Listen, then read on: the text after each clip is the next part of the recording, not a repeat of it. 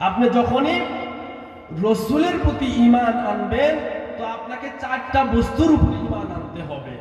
যদি চারটা বস্তুর উপরে ঈমান আপনার না থাকে তাহলে আপনাকে মুমিন বলা যাবে না।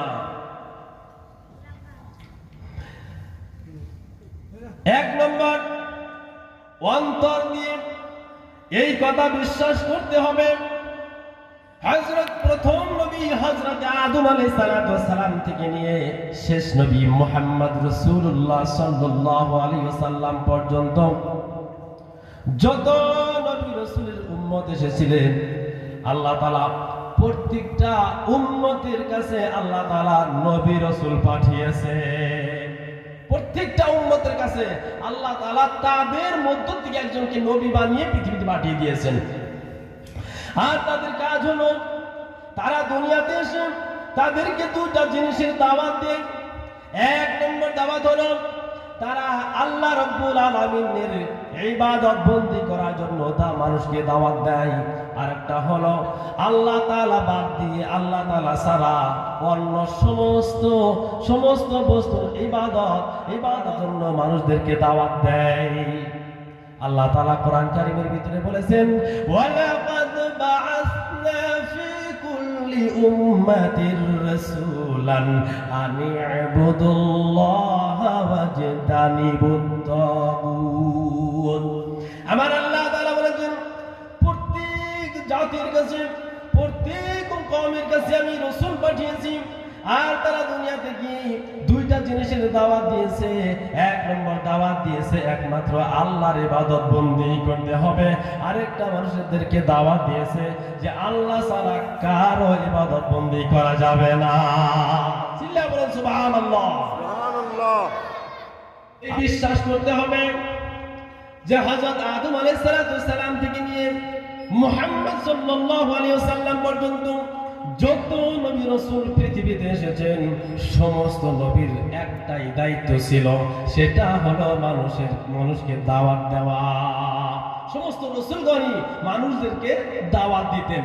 আল্লাহ তাআলা বলেন, ফাহাল আলার রাসূলি ইল্লাল বালাগুল মুবিন। আল্লাহ তাআলা বলেন সমস্ত রাসূলের দায়িত্ব হলো দাওয়াত দেওয়া, মানুষদের কাছে সত্য কথা পৌঁছে দেওয়া। এটাই সমস্ত নবীর দায়িত্ব ছিল।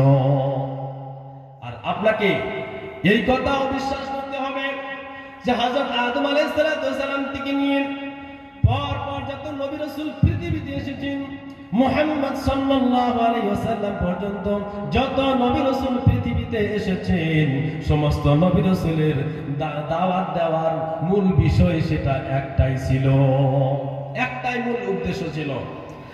আল্লাহ তাআলা কোরআন কারীমের ভিতরে বলছেন, ওয়ামা আরসালনাকা মিন ক্বাবলিকা মির রাসূলিন ইল্লা নূহি ইলাইহি আন্নাহু লা ইলাহা ইল্লা আনা ফা'বুদুন।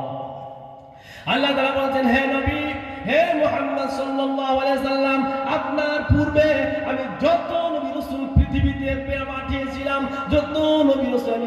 পাঠিয়েছিলাম সবার কাছে আমি এই কথাই ওহী করেছিলাম। এই কথাই আমি তাকে ওহীর মাধ্যমে জানিয়ে দিয়েছিলাম যে আমি ছাড়া আর কোনো মাবুদ নাই, একমাত্র আমি মাবুদ। সুতরাং আমারই ইবাদত বন্দি করো, আর কারো ইবাদত বন্দি করা যাবে না। আল্লাহ তাআলা অনেক নবী রাসূল পৃথিবীতে পাঠিয়েছেন, তারা একটাই দাওয়াত দিত। তারা কেমন করে দাওয়াত দিত, আল্লাহ তাআলা সেই উদাহরণগুলো তারা কেমন ভাবে দাওয়াত দিয়েছে সেইগুলো কোরআন কারীমের ভিতরে হুবহু নকল করে দিলেন। আল্লাহ তাআলা হযরতে নূহ আলাইহিস সালাম সম্পর্কে বললেন, লাকাদ আরসালনা নূহান ইলা কওমিহি ফাকালা ইয়া কওমি ইবুদুল্লাহ মা লাকুম মিন ইলাহিন গায়রুহু। আমার আল্লাহ রাব্বুল আলামিন বললেন, নূহ আলাইহিস সালামকে তার কওমের কাছে পাঠালাম।